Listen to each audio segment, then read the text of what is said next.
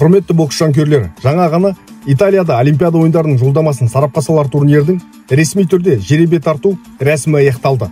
Ассалаумағалейкум құрметті қазақ боксының жанкүйерлері. Жеребе тарту сәтінде ұлттық құраманың бас бапкері Мырзағали Құланұлының маған осындай суреті жіберілді. Ең үлкен жүк осы кісінің арқасында десем қателеспеспін. Жеребе аяқталмай тұрып, осы фотоны алғаннан кейін Мырзағали Құланұлының жүзінен жылулықты байқадым. Осылайша өз пайымым бойынша жеребедегі қазақ ұлттық құрамасының аяқ алысы жаман емес екенін түсіндім. Көп жігіттерімізге жеребе оңтайлы түсті десем қателеспеспін. Ендеше толығырақ сіздердің назарларыңызға ерлер арасында өнер көрсететін ұлттық құрама боксшыларының ширек финалға дейінгі қарсыластарын айтып өтейін.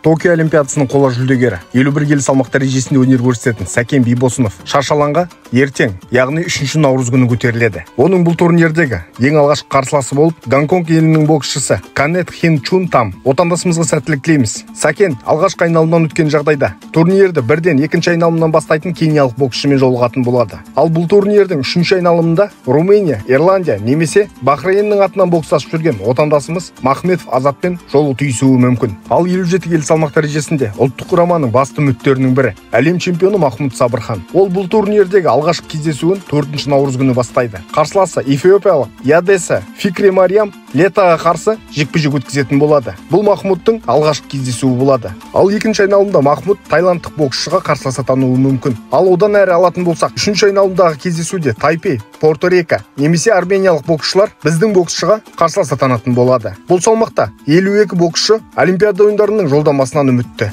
Ал 63,5 келі салмақ дәрежесінде Спартакиада чемпионы Мұхаммед Сабыр Базарбайұлы бұл турнирді 5 наурыз күні бастайтын болады. Оның алғашқы айналымдағы қарсыласы Тринидад және Тобаго мемлекетінің боксшысы Донель Филипп атанбақ. Ал Базарбайұлы алғашқы айналымнан сәтті өткен жағдайда Болгария мен Эстония боксшыларының арасындағы жекпе-жектің жеңімпазымен шығатын болады. Ал 3-ші айналымда Украина, Сербия, Тунис немесе Грек мемлекеттерінің боксшыларының бірі қарсыласатанып қалуы мүмкін. Ал турнирдің ширек финалында өзбекстандық қандасымыз Абдуллаев Руслан, Үндістан, Порто-Рико, Корея, Қырғызстан, Косово мемлекеттерінің боксшыларына басым түскен жағдайда Мұхаммед Сабыр екеуі Олимпиада ойындарының жолдамасын сарапқа салатын болады. Ал ұлттық құраманың команда капитаны Асланбек Шымбергенов бұл лицензиялық турнирді екінші кезеңнен бастайтын болады. Оның қарсыласы финляндиялық Маравати Сэм атанбақ. Ал турнирдің 3-ші айналымында Польша немесе Порто-Рико боксшыларының жеңімпазы біздің капитанның қарсыласы болады. Жартылай финалға дейінгі сеткеге көз жүгіртетін болсақ, кәсіпқой боксшы молдовиялық Чебатар Василь, канадалық боксшы, испаниялық боксшылар да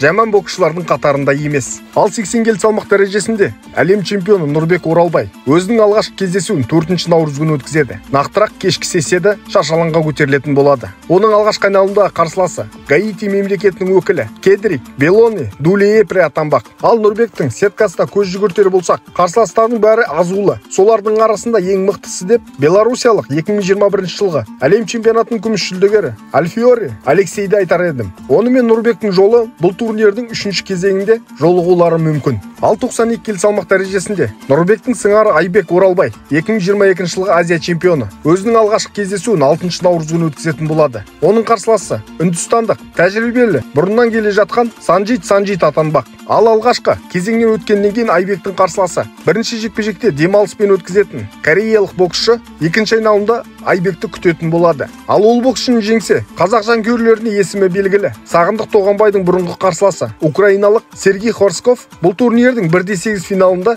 отандасымызға қарсыласатануы мүмкін. Ал ширек финалдық кездесуде Армения, Молдова, Доминика Республикасы, ақш немесе мароккалық боксшылардың бірі олимпиадалық жолдаманы сарапқа салар сәтте қарсыласатанып қалулары мүмкін. Мінеке достар, ұлттық құрама боксшыларына сәттілік тілеп қойыңыздар. Осы жыл басталғалы ең жауапты жарыс деп толықтай сенімді айта аламын. Көптің дұғасы қабыл демекші. Жігіттерімізге осындай жауапты жарыста сәтті өнер көрсетіп, баптары мен бақтары бірге шабуына тілекші болайық. Қазақ бокс жасасын, жеңісті күндеріміз көп болсын. Ертең шаршы алаңға ұлттық құрамадағы ең тәжірибелі әлем чемпионы, Олимпиада ойындарының қола жүлдегері Сәкен Бибосынов бастап шаршы алаңға шығатын болады. Сәттілік тілейміз.